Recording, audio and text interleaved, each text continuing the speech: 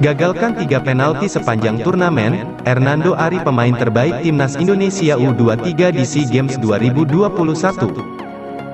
Hernando Ari Sutaryadi pemain terbaik Timnas Indonesia U23 di SEA Games 2021.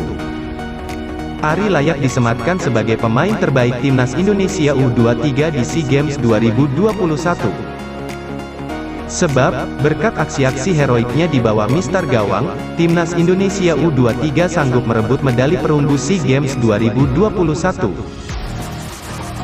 Ketika Timnas Indonesia U23 kalah 0-3 dari Vietnam di laga perdana grup A SEA Games 2021, gawang skuad Garuda Muda dikawal Muhammad Adi Satrio.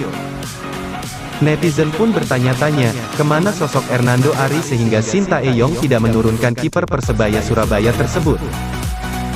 Pada akhirnya, Hernando Ari mendapat kesempatan tampil di laga kedua, ketika Timnas Indonesia U23 bersuat Timor Leste. Laga ini wajib dimenangkan skuad Garuda Muda demi menjaga peluang lolos ke semifinal SEA Games 2021. Namun, laga baru berjalan 2 menit, petaka menghampiri Timnas Indonesia U23. Skuad asuhan Sintayong dihukum penalti setelah Mark Klok melanggar salah satu pemain Timor Leste di kotak terlarang. Jika gol tercipta, Timor Leste berada di atas angin dan membuat Timnas Indonesia U23 kesulitan meraih kemenangan. Namun, Hernando Ari membuat hal luar biasa. Ia menggagalkan eksekusi penalti yang dilepaskan Mouzinho. Selepas penalti itu, kepercayaan diri pemain Timnas Indonesia U23 perlahan-lahan meningkat. Alhasil, skuad Garuda Muda menang 4-1 atas Timor Leste. Dalam 2 laga selanjutnya, Hernando Ari juga tampil gemilang. Ia melakukan sejumlah penyelamatan gemilang ketika skuad Garuda Muda menang 4-0 atas Filipina dan 3-1 kontra Myanmar. Di semifinal kontra Thailand, Hernando Ari sebenarnya tak terlalu bekerja keras, mengingat sang lawan jarang melepaskan serangan.